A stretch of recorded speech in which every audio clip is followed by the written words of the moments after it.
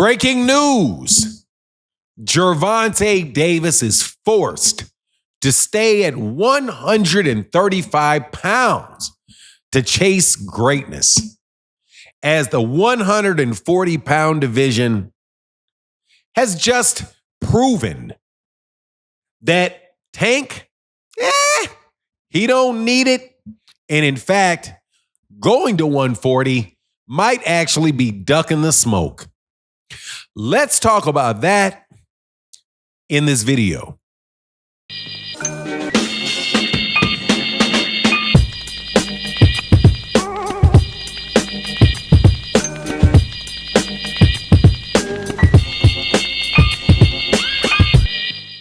All right, welcome back to the channel for Non-International Boxing. This is your boy Martin, aka Fanon. Let's talk in this video about Gervonta Davis and the fact that Gervonta Davis was being told by YouTube channels that are well known and I suppose respected, that said Gervonta Davis needs to move to 140 pounds to prove his greatness. And that if he does not move to 140 pounds to chase his greatness and prove his greatness, he cannot achieve it. Unfortunately, something happened last night that let us know exactly how this is not true. Because 140 pounds is actually kind of booty right about now, as far as the upper level of that weight division. In fact, that weight division has a lot of parity in the division. It does. A lot of parity, a lot of fighters that can fight each other and beat each other. One guy may win, the other guy may win. But parity does not equal greatness. And I will explain. But before I do, thank you guys so much for coming back to the channel. Please hit the like button. And if you really like the video, sponsor the video with throwing a couple bucks on that super thanks down there at the bottom. It is a great way to help the channel continue to go because these lights cost money. So now that I made my mandatory plug, let me plug y'all up with the truth. And I say the truth because that's what it is. I'm not playing. I'm serious. This is what I believe. And I've been watching boxing a long time. Gervonta Davis is being told that he needs to go to 140 pounds to chase greatness.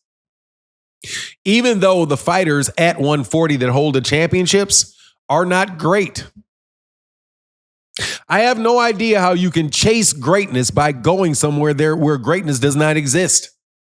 So let's evaluate that. And again, shout out to my guy, Ray Jackson on Twitter.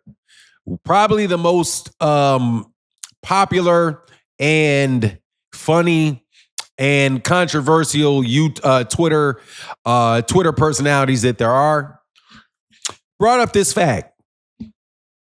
Right now, the champions in the division at 140 are, listen very carefully, this is where people think greatness lies.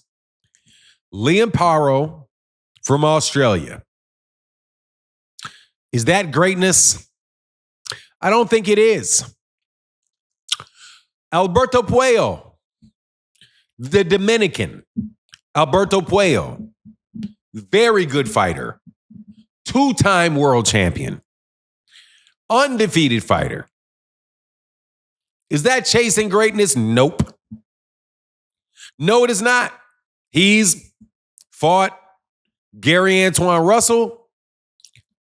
Both those guys are about level. Style advantage for Alberto Puello because of his length and his experience. But nah, about the same level as the guy he beat. That's why it's a really close fight. Then you have Rayo Valenzuela, who dominated Isaac Cruz.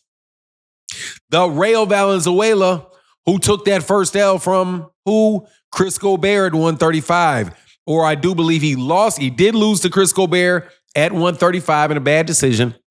But he also got knocked out by Edwin De Los Santos at 135 pounds. So I think that Rayo really has some things to clean up before we consider a fight with Rayo chasing greatness. Wouldn't you agree? I think you do. Then let's look at Teofimo Lopez, who would actually be the closest thing to chasing greatness. Only problem, many people think he lost his last fight. Many people think, or was his last fight Jermaine Ortiz? Many people thought he lost to Jermaine Ortiz. Many people thought he lost to Sandor Martin.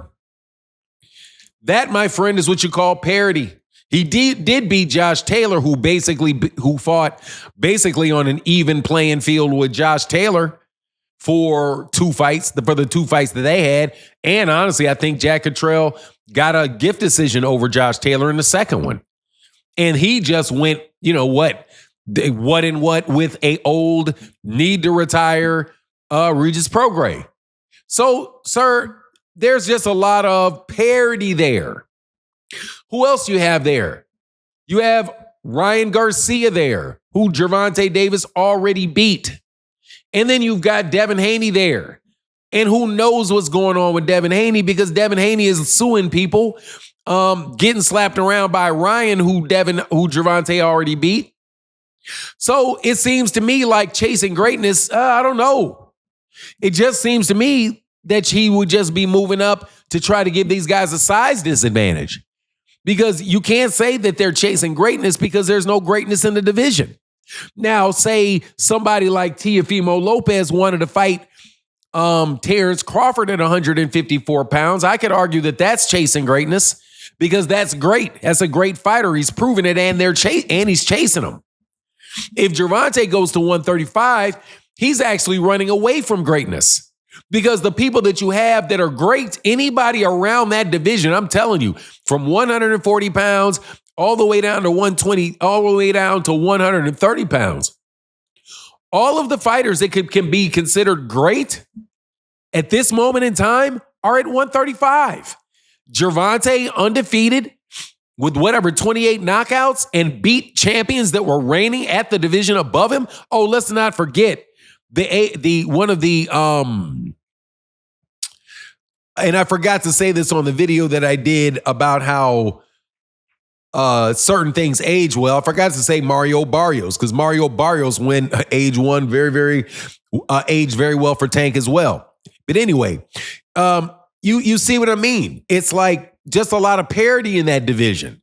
A lot of parity, not greatness. But over here at 135, however, you got Lomachenko, who's going into the Hall of Fame. A Lomachenko that many people think beat Devin Haney. Many people think beat Teofimo Lopez. And many people think, well, some people think he lost to Jermaine Taylor, but you get my point. Anyway, you then also have Shakur Stevenson, who ain't lost to nobody. So to me, it seems like 135 is really where he can solidify his greatness, right? Because number one, he's never been unified. Moving to 140 pounds doesn't get him unification, does it? Doesn't get that big long list that people like to throw out of things he never did, like unifying. The fastest way to unify is staying at 135. It's not going to 140, isn't it? Of course.